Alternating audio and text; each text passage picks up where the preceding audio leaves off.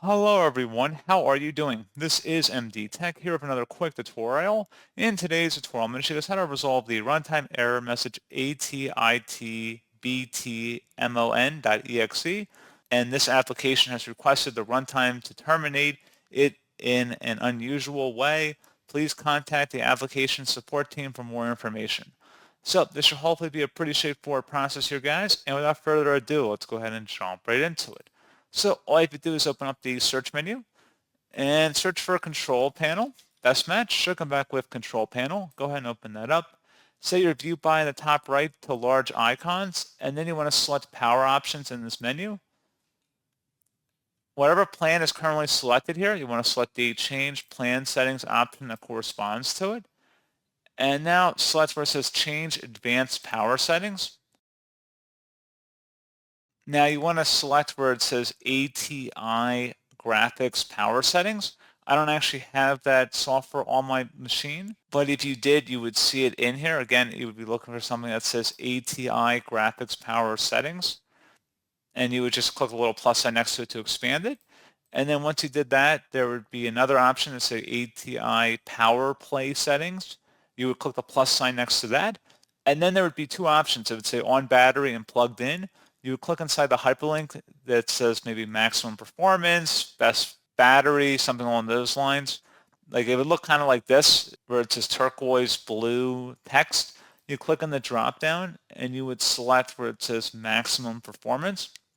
Again, you would do that for the ATI graphics power settings. Do it again, ATI power play settings. This is like the drop down menu progression. So ATI graphics power settings, click the plus sign next to it. And then there's another section you have to expand. It says ATI power play settings. And then there's two options for on battery as well as plugged in.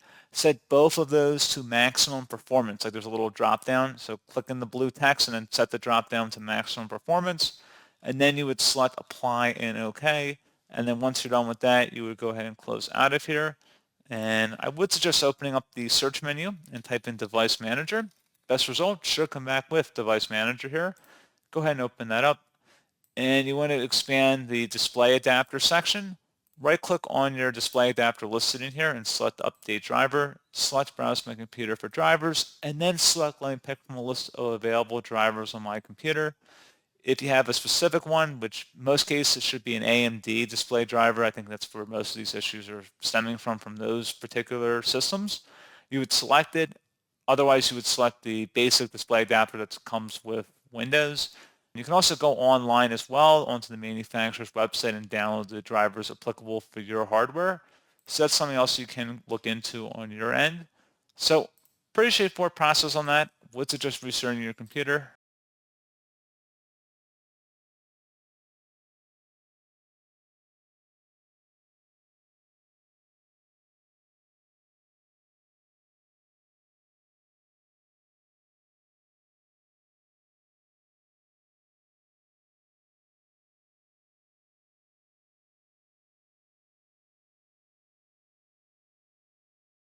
And there you go, guys. Hopefully this pointer issue has been resolved. And as always, thank you for watching this brief tutorial. I do hope I was able to help you out, and I do look forward to catching you all in the next tutorial. Goodbye.